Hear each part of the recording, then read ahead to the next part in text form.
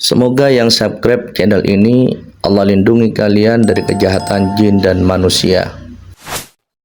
Hewan korban sapi yang dikorbankan oleh jamaah ini tertulis atas nama Muhammad Mustafa. Oh, itu ada namanya itu di paru-parunya sapi. Itu adalah salah satu pemberi korban pada tahun ini di RT 0201. Ini berada di paru-paru hati.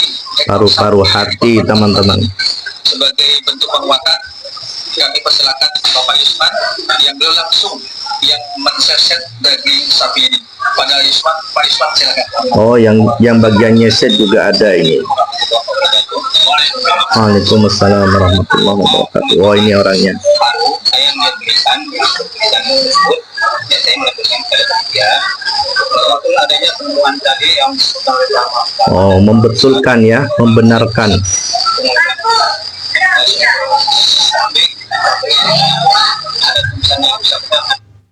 Oke, kita baca teman-teman ya, isinya seperti apa ini. Ini di sini ada keterangannya.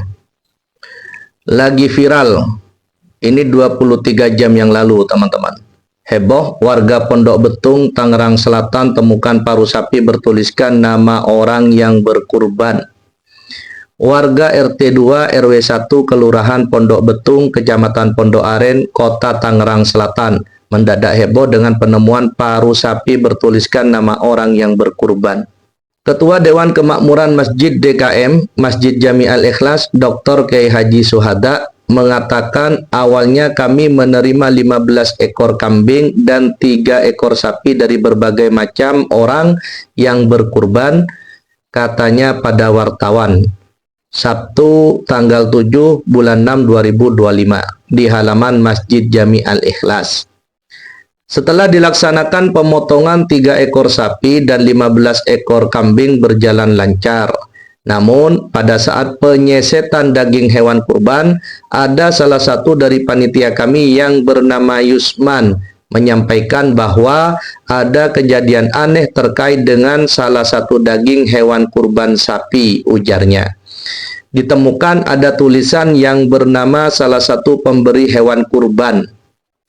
Saya pun kemudian mengecek, ternyata benar ada tulisan nama orang yang berkurban adalah Muhammad Mustafa bin Jalal Syahidi. Nama itu tertulis di paru-paru sapi. Anehnya, nama yang tertulis di paru sapi ini, beliau memberikan hewan kurban kambing bukan sapi, ungkapnya.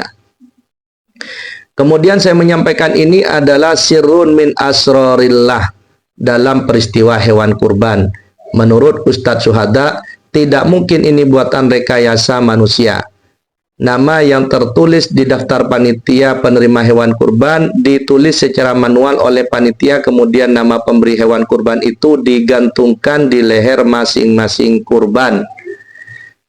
Ketika kami cocokkan antara tulisan dari panitia yang digantungkan di leher hewan kurban tidak sama persis nama yang ditulis panitia dengan nama yang tertulis pada penemuan sapi ini sangat berbeda. Selama kami berkurban, baru tahun ini diberikan kemukjizatan keajaiban di luar nalar akal sehat manusia. Ini merupakan ketulusan dan keikhlasan hati orang yang berkurban, tutupnya. Nah, itu teman-teman ya, seputar yang lagi heboh kemarin di Tangerang Selatan soal nama seseorang yang sudah tercantum di paru sapi. Nah, bagaimana saya khususnya sebagai praktisi ruqyah menyikapi ini, teman-teman? Kalau ustadznya ini yang bernama Suhada, ini mengatakan sirrun min asrorillah, artinya rahasia di dalam rahasia Allah. Sebenarnya ini bukan rahasia di dalam rahasia Allah. Kenapa? Karena sudah kelihatan, sudah ditunjukkan banyak orang yang tahu, teman-temannya. Mungkin karena ada nama di dalam paru ini sudah ada di dalam, terus namanya masih di dalam lagi. Itu akhirnya dikatakan sirrun min asrorillah. Baik, kita lanjut kepada dari pandangan saya selaku praktisi ruqyah. Hal aneh seperti ini bisa saja terjadi, teman-teman, ketika Allah sudah berkehendak. Jangankan cuma tulisan yang ada di dalam sapi ya, yang ada di paru-paru sapi itu, Di masa Nabiullah Sulaiman saja, istana Ratu Balkis aja itu bisa dipindah hanya sekejap mata. Tidak ada yang sulit.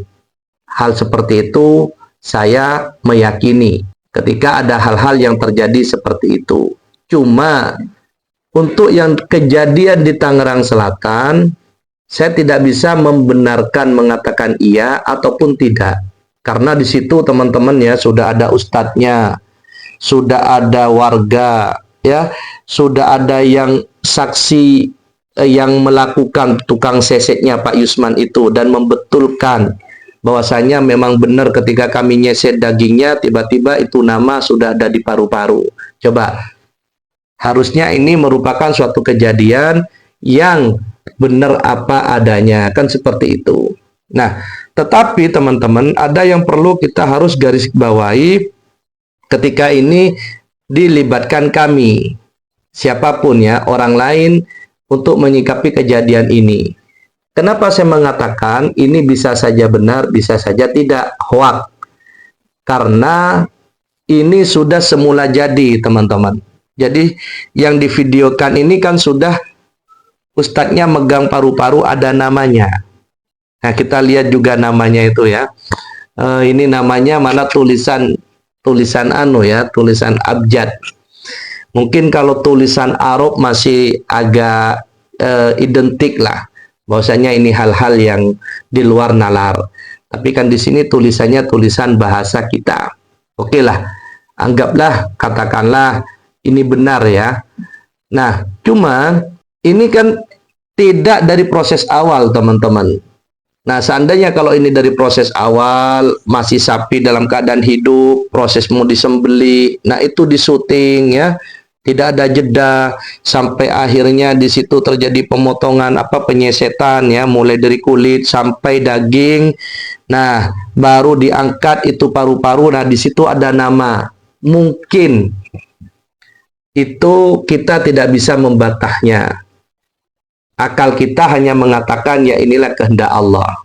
Walaupun di zaman sekarang ini teman-teman sulit sekarang ini untuk membedakan mana yang memang itu hal keajaiban, mana itu sebenarnya rekayasa. Sulit di zaman sekarang. Tahu sendiri sekarang perkembangan AI. Kita aja lo ada mau di mana.